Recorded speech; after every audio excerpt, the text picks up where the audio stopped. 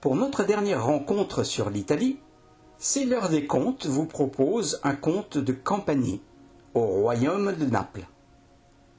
Un jour, un pauvre et modeste pêcheur ramène dans ses filets un poisson magnifique, extraordinaire, comme jamais personne n'en a vu. Mais qui pourra lui en payer le prix qu'il en mérite ? Quels obstacles rencontrera-t-il sur son chemin ? Comment réussira-t-il à les surmonter ? Voici l'histoire de ce pêcheur dans le conte intitulé « Le poisson qui vaut récompense ». Comme tous les jours, le pêcheur jeta l'ancre et lança son filet. Après un temps que lui seul savait apprécier, il le remonta d'un geste mécanique, savamment dosé. Il s'apprêtait à trier sa pêche pour rejeter le fretin à la mer, quand ses yeux s'agrandirent d'étonnement.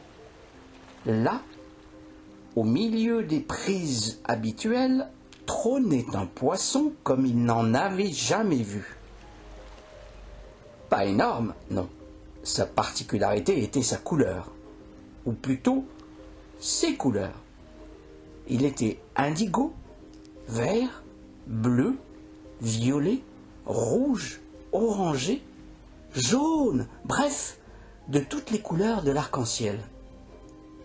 En 30 ans de métier, l'homme n'avait jamais pris une aussi belle pièce. La stupeur passée, il réfléchit à ce qu'il allait en faire. Ce serait certes un repas somptueux pour sa petite famille, mais un poisson plus ordinaire les nourrirait tout aussi bien. Le vendre serait la solution, mais sa clientèle, trop peu fortunée, ne saurait le payer à son prix. Soudain, une idée lui vint. D'abord fugitive comme un éclair annonciateur d'orage, elle se précisa peu à peu et devint évidente. Sa décision était prise. Il leva l'ancre, rama jusqu'au rivage et amarra la barque à l'anneau habituel. À terre, il remit le reste de sa pêche au frais dans une retenue d'eau et enveloppa minutieusement le poisson arc-en-ciel dans des herbes fraîches qui le maintiendraient en vie le temps de son voyage. Ensuite, il marcha résolument vers le palais du roi de Naples pour lui offrir sa prise. Lui seul saurait payer d'une bonne récompense cette pièce exceptionnelle. Arrivé devant le palais royal, il resta les bras ballants et la bouche ouverte, subjugué par la magnificence de l'édifice. Il fut tiré de son émerveillement par un garde qui l'apostropha avec rudesse. « File de là, vilain train de misère! Tu vas effrayer le monde, fagoté comme tu l'es, et tu sens mauvais en plus. » Blessé dans sa dignité, le contemplateur répliqua. « D'abord, je ne sens pas mauvais. Je sens le poisson parce que je suis pêcheur. Et si je suis là, c'est que je dois voir le roi. » « Le roi ? Crois-tu qu'il n'a rien à faire d'autre que de recevoir des manants de ton espèce ? File, ou je te ferai mettre au cachot. Méfie-toi de ne pas y aller toi-même au cachot, quand le roi saura que tu m'as empêché de lui remettre son cadeau. Un cadeau, vraiment ? Tu n'as rien trouvé de mieux à me servir comme sornette ? File, je te dis. Eh bien, juge par tes yeux si tu ne me crois pas. Quand le garde eut sous le nez le magnifique poisson arc-en-ciel, son attitude se radoucit. Une lueur intéressée dans l'œil, il déclara : « Tu m'épates, pêcheur. Écoute-moi, le roi est un grand amateur de poissons. Celui-ci vaut une belle récompense. Seulement, pour l'obtenir, il faut que moi, je te laisse entrer. Je vais le faire parce que tu es sympathique, et toi, en échange, tu me donneras le quart de ta récompense. » Le brave homme n'en croyait pas à ses oreilles. Il ne manquait pas d'audace, ce garde. Il était là à ne rien faire de sa journée et voulait une part de ce que lui allait gagner par son travail. Sa première impulsion fut de retourner chez lui. Et puis, il se ravisa en calculant qu'il lui resterait les 3/4 de la récompense, ce qui serait encore beaucoup. C'est pourquoi il accepta le marché. Il entra ainsi dans le parc du palais et se dirigea vers l'entrée des bâtiments. Un second garde l'interpella tout aussi rudement que le précédent. « Dis donc, toi là-bas, qui t'a permis d'entrer ? Disparais avant que je te fasse mettre au cachot. Et puis d'abord, tu empestes. C'est ton collègue qui m'a fait entrer. J'apporte un cadeau au roi. Et sache que je ne sens pas mauvais. Je sens le poisson parce que je suis pêcheur. Prends garde, coquin. Si tu m'as menti, tu vas tâter du cachot. Montre un peu ce cadeau. » Quand le second garde vit le poisson arc-en-ciel, il réagit comme le premier et demanda lui aussi sa part, un quart de la récompense. Le pêcheur jugea que toute discussion serait une perte de temps. Il devrait finalement accepter ou s'en aller. C'est pourquoi il donna son accord. Alors qu'il se dirigeait vers la salle du trône, on l'interpella à nouveau sur un ton impératif. Ce n'était pas un garde, mais le grand chambellan en personne, qui le cloua sur place avec ces mots. « Sors d'ici, parasite infâme et puant, où tu vas sentir le plat de mon sabre sur ton dos. » Je ne pue pas, je sens le poisson, et je viens offrir un présent au roi.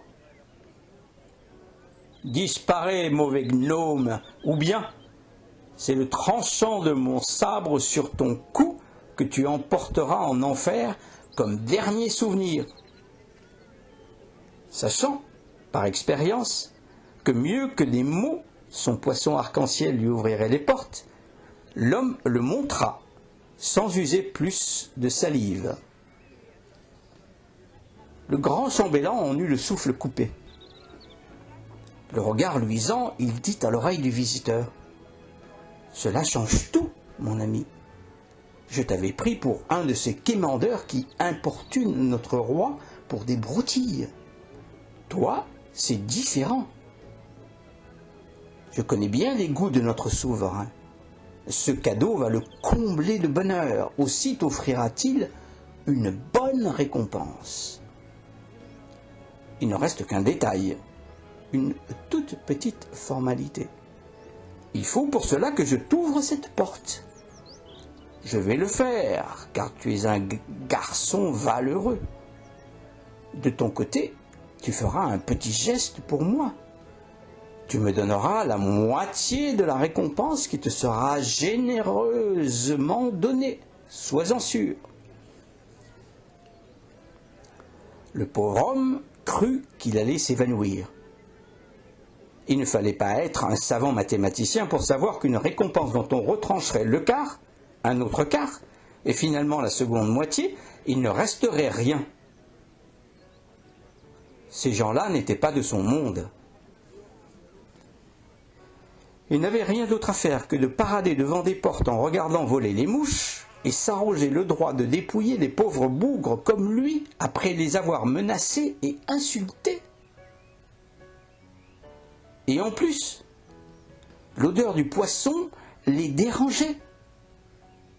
Il est évident qu'eux ne pouvaient pas sentir, puisqu'ils ne faisaient rien.